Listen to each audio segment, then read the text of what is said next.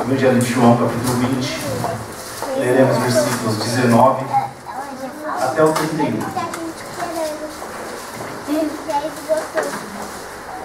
Evangelho de João, capítulo 20, 19 a 31.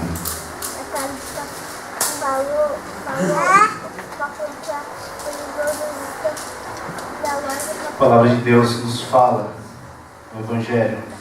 Ao cair da tarde daquele dia, o primeiro da semana, trancadas as portas da casa onde estavam os discípulos, com medo dos judeus, veio Jesus, pôs-se no meio e disse-lhes: paz seja convosco. E dizendo isso, lhes mostrou as mãos e o lado. Alegraram-se, portanto, os discípulos ao verem o Senhor. Disse-lhes, pois, Jesus outra vez: paz seja convosco. Assim como o Pai me enviou, eu também os envio. E, havendo dito isso, soprou sobre eles e disse-lhes: recebei o Espírito Santo. Se de alguns perdoardes os pecados, são-lhes perdoados. Se lhes retiverdes, são retidos. Ora, Tomé, um dos 12, chamado Dídimo, não estava com eles quando veio Jesus. Disseram-lhe então os outros discípulos: vimos o Senhor.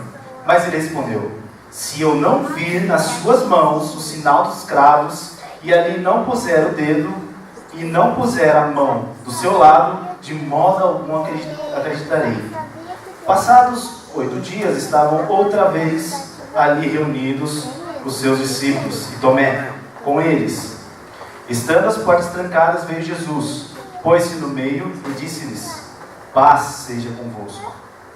E logo disse a Tomé: põe aqui o teu dedo e vê as minhas mãos. Chega também a mão e põe-na no meu lado. Não seja incrédulo, mas crente. Respondeu-lhe Tomé: Senhor meu e Deus meu. Disse-lhe Jesus: porque me viste, creste? Bem-aventurados os que não viram e creram. Na verdade, fez Jesus diante dos discípulos muitos outros sinais que não estão escritos neste livro. Estes, porém, foram registrados para que creiais que Jesus é o Cristo, o Filho de Deus, e para que, crendo, tenhais vida em seu nome. Amém. Estamos no primeiro domingo após a ressurreição de Cristo, pelo calendário litúrgico, o segundo domingo da Páscoa. Jesus foi crucificado e ressuscitou para a glória de Deus e perdão dos nossos pecados. Um novo ciclo se inicia após a Páscoa. E agora a gente se aproxima ao Pentecoste, a descida do Espírito Santo, após a subida de Jesus Cristo. O evento da Páscoa trouxe para aquelas pessoas uma enorme tristeza, dor e incerteza. Eles vivenciaram o momento mais tocante para a vida deles. O momento onde Cristo sofria, o mestre daqueles homens estava sofrendo. Um momento de horror para os olhos daqueles que estavam aflitos, que tinham certeza que aquele homem era o Messias. Agora, o rei de Israel estava sendo crucificado e humilhado diante de todas aquelas pessoas. Eles acompanharam a entrada de Jesus em Jerusalém.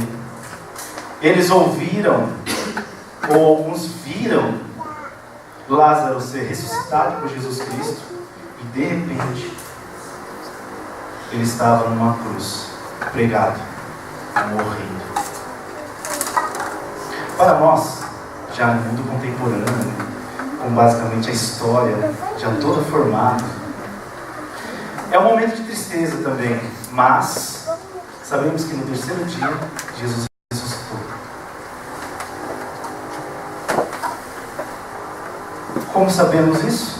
Porque em nossas mãos está o Evangelho, onde confirma, testifica isso. Ele está em suas mãos. O Evangelho traz a vitória sobre o pecado. Demonstra o amor de Deus na vida de Jesus Cristo. A morte foi vencida e a vida eterna está instaurada. Aqui nós podemos agora entender o que significa, ou como se fala, por que conseguimos entender João 3,16. Porque Deus amou o mundo de tal maneira que deu seu Filho unigênito, para que todo aquele que nele crê não pereça, mas tenha vida eterna. Porém, aquelas pessoas não tinham essa compreensão ainda. O tema desse mês é vitória. Após a Páscoa, nós podemos entender, aceitar e crer que somos vitoriosos em Jesus Cristo, porque Ele ressuscitou. Mas será que essa vitória, ela está acima de qualquer incredulidade? Vamos entender um pouco o tema de hoje. Vitória sobre a incredulidade, através desse texto. Uma reunião a portas fechadas.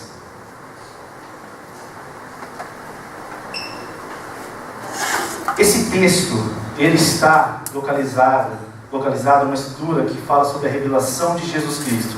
Ele mostra a elevação e a glorificação de Cristo, paixão e ressurreição. O autor se preocupa em mostrar que Jesus é a palavra viva. O Verbo se fez carne e habitou entre nós. Jesus era o próprio Deus. Aquele era o primeiro dia da ressurreição. O dia que tinha ocorrido aparecimentos de Jesus Cristo em vários locais, para várias pessoas. Apareceu para algumas mulheres e outras pessoas também. Aquele era uma reunião, como eu disse, de vários seguidores de Cristo, não apenas dos apóstolos. Se olharmos para os evangelhos, Mateus 28, por exemplo, um anjo aparece para Maria, para as duas Marias, Maria Madalena e Maria, mãe de Tiago. Em Marcos, nós, em Marcos 16, vemos duas Marias, Salomé e mais dois discípulos que aparecem. Jesus aparece para ele. Podem ser, talvez, dois discípulos de Emaús, ou não. Em Lucas 24, estavam as duas Marias, Joana e outras mulheres, além de Pedro. Neste evangelho ocorre o aparecimento também, aí sim, de Emaús, para dois seguidores de Cristo. Logo, a reunião são de várias pessoas. Várias pessoas à porta fechada e possivelmente de madrugada. A questão das portas fechadas, como o próprio texto nos mostra, é que eles estavam com medo após a morte do seu mestre e uma estranha aparição dele. Eles não estão entendendo o que está acontecendo. Logo se reúnem com medo da perseguição e para entender o que estava acontecendo. Alguns deles viram Jesus Cristo sendo crucificado e de repente, num outro dia, alguns dias ali mais tarde, Jesus apareceu. Jesus, de repente, nesta sala, aparece. Imagine o susto daqueles homens e mulheres. Se a gente toma um susto de alguém que já está presente dentro da sala, a gente já toma um susto com alguém que está presente, imagine quem não está e de repente aparece. Você vai, um fantasma. Comigo a gente corre. Então imagine o susto daquelas pessoas ali dentro. É um fantasma? Jesus aparece e cumprimenta a todos com a paz seja convosco. É uma paz que todos precisam após um final de semana inteiro de desilusão, incertezas e dúvidas e aparições. É um cumprimento amoroso de Cristo, que não levou em consideração o fato de ter ficado sozinho quando estava crucificado. talvez diferente do que eles estavam acostumados. De repente eles estavam pensando, bom, se Jesus apareceu, se ele aparecer aqui, ele vai chamar a nossa atenção. Porque quando ele mais precisava, a gente ficou de longe. Alguns nem apareceram. Outro, para não falar Pedro, negou. Porém, todos estavam com medo daquele que estava diante dos seus olhos. Jesus precisa provar que ele era realmente Cristo, mostrando as marcas do corpo. Eram marcas da cruz, do sofrimento em favor de todos. Cicatrizes que expressam bem o que seria essa paz. Paz esteja convosco. Uma paz que só Jesus estava trazendo. Voltando para os outros evangelhos, além de João, notamos que todos aqueles discípulos não acreditavam nas notícias. Que alguns rejeitaram a notícia que Jesus ressuscitou. Talvez até acreditavam que o corpo tinha sido roubado. Olhando para Mateus de novo, nós vemos que, Mateus 28, o relato, alguns discípulos duvidam sobre o que as mulheres falavam.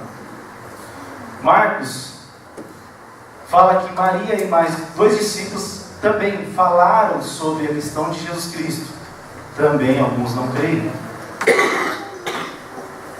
Lucas, da mesma forma, além de Maria e as mulheres estarem diante do próprio Jesus e falar para alguns discípulos que ele ressuscitou, eles não creem. Nós vemos que homens que andaram com Jesus Cristo 3 anos,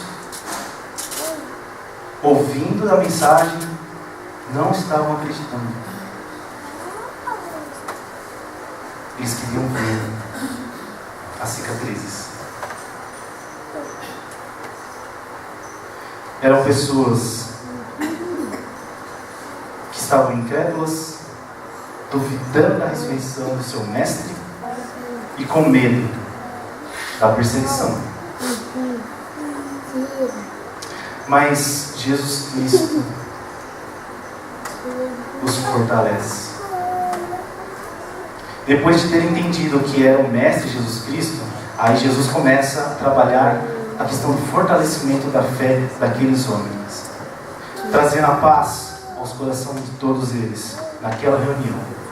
A segunda expressão, quando Jesus fala de novo, paz esteja convosco, vem com um complemento, com a palavra de motivação e envio do Consolador. Jesus sopra o Espírito Santo. O verso 21 é a paz que o Mestre trazia após a sua morte. Após o sofrimento, Jesus estava ali para dar a paz verdadeira àqueles homens. Os homens que tinham o coração totalmente aflitos. A verdadeira paz se penetra nos corações e na vida de todos aqueles que seguiram e seguem a Cristo. Mesmo todos amedrontados, ainda são chamados e motivados a continuar a caminhada. Ele fortalece a fé de todos ao mencionar que envia-os assim como o próprio Pai o enviou. É Jesus, sendo Deus, enviando os seus discípulos e fortalecendo e falando, não, vocês irão, com o Espírito Santo vocês irão. Não tenham medo, sejam firmes na fé, creiam que sou eu, creiam que o Espírito Santo está com vocês. Eu estou dando a vocês o Espírito Santo. O sopro de Cristo é uma expressão de vida. Se fazemos até uma comparação com Gênesis 2:7, onde Deus dá fôlego de vida à humanidade, Jesus traz uma nova vida. Jesus dá a vida àqueles homens. E então conseguimos de novo entender o que significa João 3,16. Todo o que nele crê não perecerá, mas terá a vida eterna. O Espírito Santo é aquele que fortalece nossa fé, motiva-nos e continua a andar conosco e tira o medo que temos nos corações, assim como aqueles homens. traz paz aos corações e transforma a vida daquelas pessoas amedrontadas. O envio é o fortalecimento direcionado a todos aqueles que seguem a Cristo, não apenas os discípulos. Olha que interessante. Na reunião não estavam só discípulos, mas seguidores de Jesus. O envio não é só para a liderança, mas é para toda uma comunidade, toda uma igreja. Ele é o Deus que envia os seus filhos para a evangelização, pois pelo falar de Cristo, a fé é fortalecida e expressada através de atos. Então os nossos corações, os corações daqueles homens serão cheios do Espírito Santo quando são enviados pelo Espírito Santo. Sua fé será fortalecida. Jesus expressa palavras de autoridade e confiança para todos aqueles que estavam presentes. Eles eram a igreja que continuaria seus ensinamentos para toda a humanidade, até chegar em nós.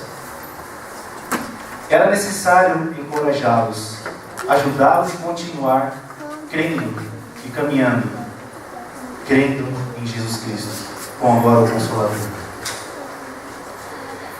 Tomé, o discípulo mais incrédulo. O discípulo mais incrédulo.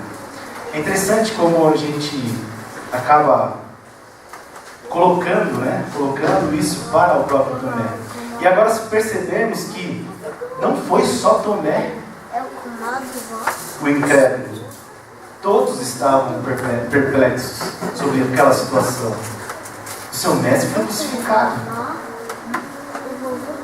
O Filho de Deus morreu e de repente aparece.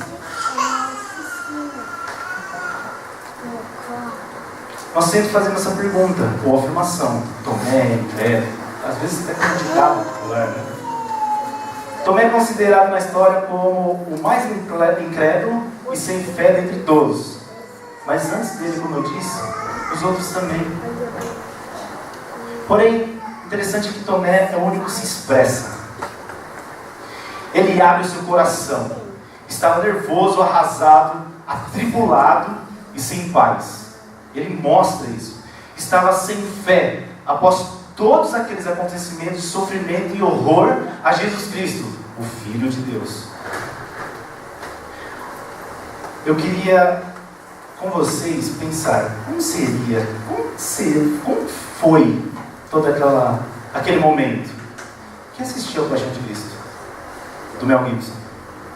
Então, se não foi aquilo, é daquilo para pior. Eu creio. Então imagina só aquelas pessoas em que estavam acreditando, colocando a sua fé, acreditando que ele seria o Salvador, e de repente o Filho de Deus, de repente ele sofre e morre, crucificado, e é humilhado. Então Tomé não aceita uma simples notícia. Ele ressuscitou. Ah, é? Ele ressuscitou?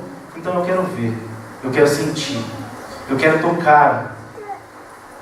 Tomé coloca algumas condições para ter certeza que é o próprio Jesus. É interessante que Tomé não só quer ver Jesus. Não, para eu ver que realmente é Jesus, eu quero ver as marcas. Senão eu não acredito. Jesus aceita as condições de Tomé. E com amor o repreende. Suas questões foram respondidas por Cristo. Nada ficou de fora, nada. Mas tudo foi mostrado para aquele apóstolo. Jesus, com todo o seu amor, se revela como Senhor onipotente a Tomé, o qual aquele discípulo o reconhece não só como mestre, mas reconhece como o próprio Deus. Tomé se prostra e exclama: Senhor meu e Deus meu. O judeu reconhece Jesus como o próprio Deus. O discípulo que se colocava como Senhor do Senhor, agora está prostrado, reconhecendo que Ele é o verdadeiro Deus em sua frente. Concluindo. Hoje não podemos ver as marcas no corpo de Cristo, porque Ele não está presente. Está na glória de Deus, junto com o Pai. Não caminhamos com Ele os 3 anos, lado a lado. Não estávamos presentes naquela reunião para ver Ele aparecendo. Mas Jesus fala que bem-aventurados são os que não viram, mas creram. Somos muito mais do que felizes, porque o Mestre morreu, ressuscitou para nos dar vitória, para nos dar a vida eterna. Nós cremos em Jesus Cristo através do Consolador. Ele está vivo e presente em nossas vidas. São palavras do próprio Cristo no verso 29. Nós lemos, estudamos e ouvimos as histórias sobre os sinais de Cristo nos Evangelhos. Os sinais de Cristo nos Evangelhos são testificados em nosso coração e em nossa mente através do Espírito Santo. Jesus trouxe a vitória a nós e aquele povo. Como eu falei, pois Ele viveu, morreu e ressuscitou e venceu a morte. O Verbo se fez carne e habitou entre nós. Nossa mente e coração simplesmente se debruça a isso. Ele sustenta a nossa fé. Porém, nós devemos fazer uma manutenção nela. Orando, lendo a sua palavra, meditando sobre ela, ter comunhão em igreja. Vimos pessoas que estiveram pessoalmente, lado a lado, com medo. Estiveram pessoalmente com Cristo, estavam com medo, estavam incrédulas por todos aqueles acontecimentos. Líderes desmotivados e sem fé no Mestre, devido a tudo que viram e tudo que passou. Porém, Cristo mostra que é vencedor e sua vitória se estende até nós. Às vezes nós estamos incrédulos, sem fé, nos momentos da vida. Porém, Jesus sopra o Espírito Santo sobre as nossas vidas e fortalece a nossa fé. Pelo Espírito Santo, Ele testifica o seu amor e a sua presença em nossas vidas. Ele é o autor da nossa fé. Sua vitória está acima de qualquer situação. O seu cuidado é enorme para com as nossas vidas. Ele nos ama e quer que estejamos sempre prontos na sua presença. Voltando sempre, como eu falei, através da oração, do jejum, da comunhão. Jesus provou a sua presença nos tempos dos discípulos. E hoje, Ele está presente. Ele conforta e confirma a vida eterna nos nossos corações. Às vezes temos exigências equivocadas para com Jesus. E mesmo assim, Ele vem e cuida de nós. Ele é o verdadeiro autor da nossa fé. Cuida e sustenta as nossas vidas em todos os momentos, principalmente quando estamos incrédulos.